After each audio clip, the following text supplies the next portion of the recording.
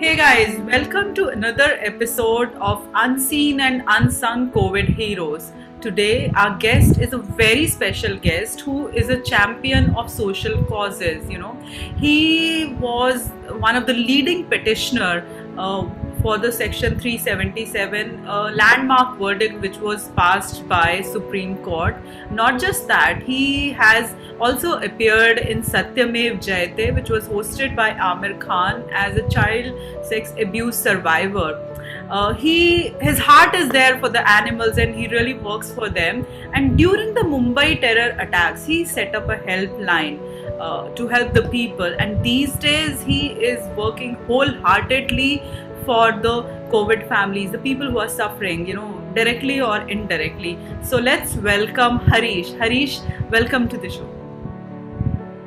Thank you. Thank you so much for having me, Archana. Thank you so much for having me on your show. Really grateful.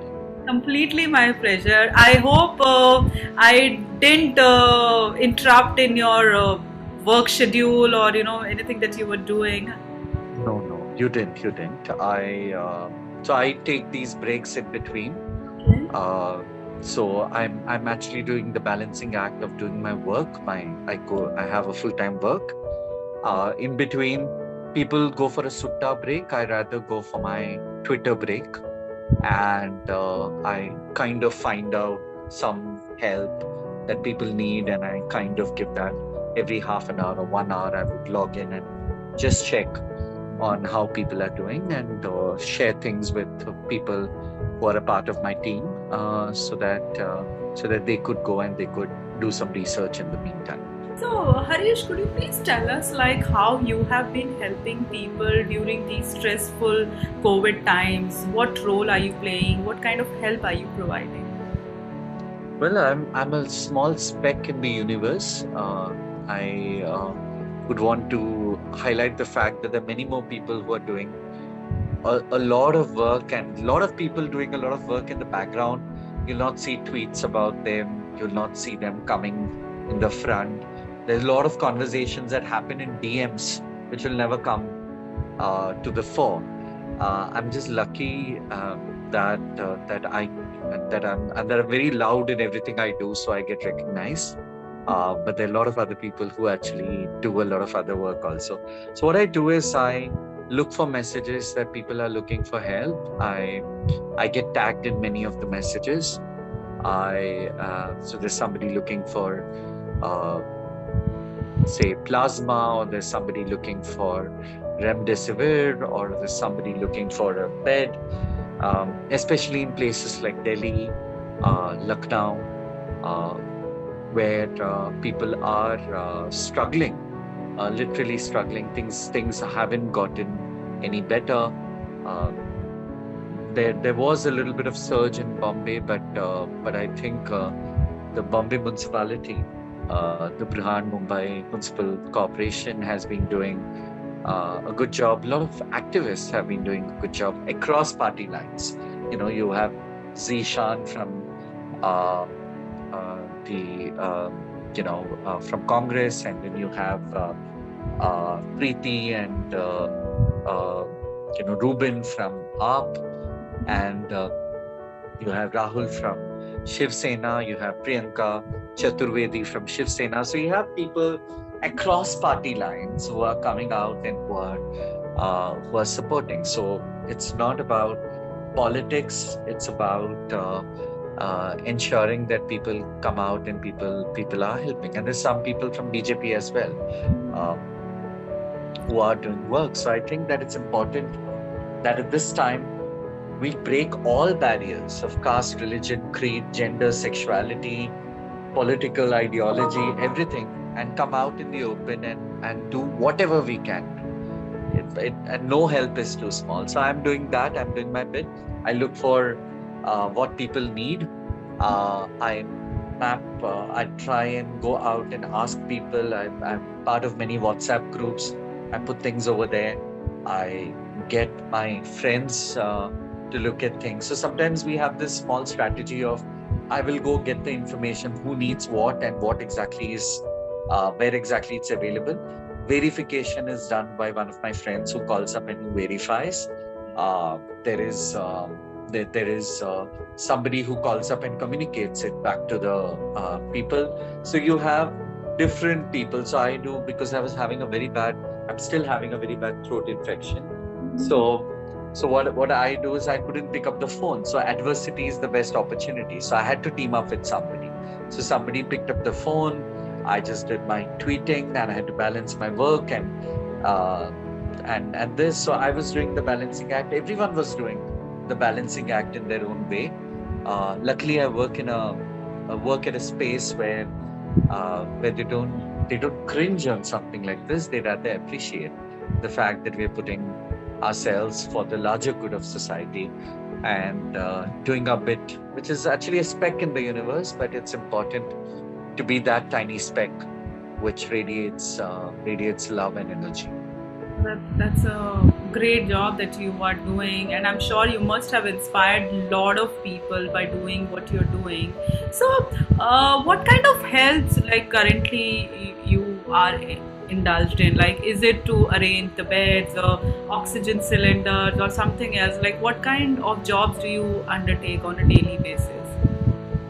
All kinds of things, but there's some things which very specific. Everything that you mentioned, beds, oxygen, uh, crematorium. That's the most painful part. Was that sometimes you have to. People would ask you. I got at least 3 calls where said कि crematorium में line बहुत बड़ा है, या फिर यहाँ पे traffic jam हो गया है. So I was busy calling police control rooms and trying to see what we could do, and the truth is that sometimes people are just helpless, and I am a person of privilege when you come to see, and you sometimes feel guilty when you have to when you see that you get when there is so much of disparity. COVID, it's a virus, but the virus has affected different people in different ways.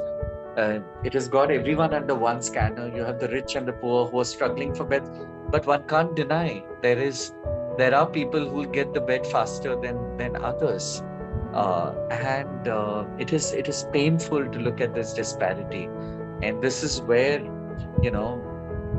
there is no equity in things that we do. There is no inclusion in things that we do. There is no recognition of the fact that we are diverse in the outside world that is there. So I think it's painful. Sometimes it's heartbreaking because you pick up the phone and you tell one person that you're waiting for a bed, and you're trying everything that you can do to get the person the bed. You finally get the bed, and you want to give the good news to the person, and you call the person, and the person tells me, "You're late because my mother is dead now." So those are the painful parts that one has to deal with. So yes, I break down, I cry. I have got these small group of friends where I call up. I have a friend called Diksha. I call her up and crack some stupid jokes when it gets too silly and when it gets too frustrating. And you have to constantly switch off and switch on, switch off and switch on.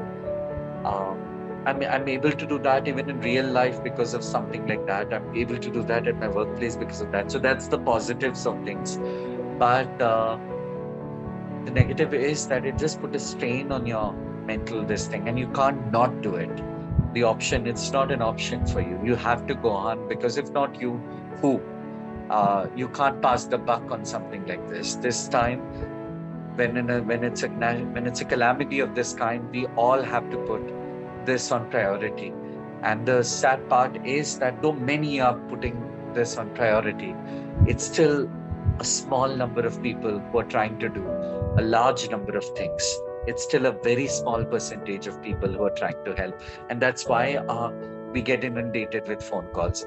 In addition to all these things, I also get calls from queer people, from people from the LGBT community. There are families who are it's lockdown, so people have come back to their families, and they are living an out and proud trans life, and out and proud gay life. when they are living outside of their homes. Now they've come to their families. Suddenly they're dressing, because they're not out to their families. Their dressing has to change. The way they talk has to change. So there's a lot of difference in things that are happening, the way people are reacting, and the families are being very, very, very caustic to them as well. So that's the whole thing. And so I have presently got somebody in my house who has been thrown out of their family. So in the process of finding a home or something for the person. And let's see, things will work, and there is goodness in the world, so we will find someone. So till then, we all are there to ensure that there is refuge. And during this pandemic, especially in the second wave, humans are definitely suffering. But at least like you had mentioned before, we have a voice. We can seek help, we can ask help. But there are animals also, which I believe they would also be suffering. Do you recall or see anything around you that how A lot of. I got this call from somebody who has lost, who had lost their entire family to COVID, and then the dog was alone. I have had another call where the whole, somebody had COVID and they were not able to manage. There was a person with COVID and they couldn't manage the pet, and they just abandoned the pet. Now, I do understand that people have challenges. Okay, it's not easy. I mean, but if you not discard your child, you can't discard your pet. Okay, so I'm very clear of that. And so I tweeted and I'm just collating, asking people to tweet me if there are people who have pets. Don't abandon pets. Please tweet me at Hire, and I'll speak to other people who are in the animal welfare sector and try and get all of them to look for a home for your pet. Please don't abandon your pets, because pets are like children, and you can't just leave a cat in a machi market and think that the cat would survive. My family has done that mistake before, and I'm guilty of that. So I will never do that again, because cats and dogs, they need love to survive. They need love to thrive, and they consider you to be a part of their family. So please don't discard them. Reach out to me. I can put you in touch with other people locally. There could be boarding facilities that are there where you could pay a certain sum. There could be people who would be willing to foster for a while for free. There could also be, we could look for a new home and we could get them adopted as well. So let's not abandon our pets.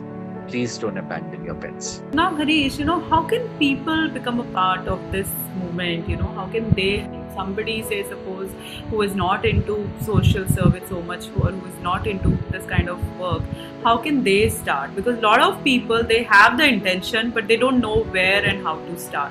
So how can they help? I'll suggest if they can help people in verifying information, if there is, if people can, if we can help people in verifying information, verifying content,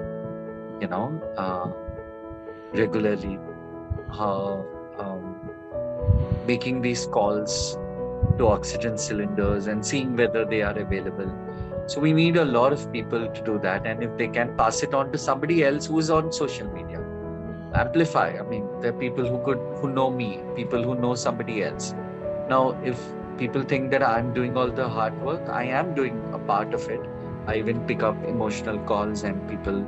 So I do a bit of it, but there's an army of people who actually do the work of calling and counsel and finding out the right information and stuff like that. So collaborate, look for influencers, whoever they are called, ask them to amplify it, but you could be the backbone for something like that. Spare like 2 hours in a day and just whatever those 2 hours, at least make those 2 hours productive for the larger cause of humanity.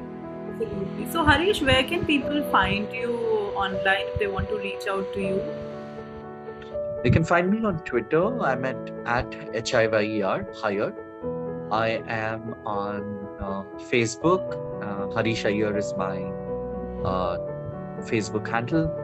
I'm on Instagram. Iyer Harish is my Instagram. So reach me in any of these places and I'll be more than happy to assist you or amplify what you're doing. Thanks a lot, Harish, for taking out time from your busy schedule. And I really hope what you're doing inspires many, many more people and your tribe grows manyfold. And we will win this battle, this second wave or third or whatever wave is coming. We will be able to win it and humanity will win. Yeah. So any parting message that you have for our viewers who are watching this, anything you want to tell to them? I just wanted to tell people that it's important to do what you're doing, even if you can ensure that you can keep your family safe. Okay, get vaccinated first of all. Whenever the vaccines open up, whenever the great Modi Sarkar decides to give vaccines, please get vaccinated. That is one thing that people should do. Wear a mask, because this problem wouldn't have existed if it was not for the enormity of people who are flouting rules. And please wear a mask and ensure whatever little help you can do, whatever little assistance you can do, please go ahead and do it. The virus has to fail, but humanity has to win in the end. Wow, that's an important message. Thanks a lot for taking out time and speaking to us. We wish you all the best. Take care and be safe. Thanks. Thank you so much, Anshu. So guys, this was Harish Iyer. He was sharing his experience about how he is helping people and how you can play a part. In the next episode, we will talk to some other unsung heroes. If you know anyone out there, please do connect me with him. I would love to share their story. Thanks a lot. Take care. Wear your mask. Maintain social distancing. Yeah, that's all.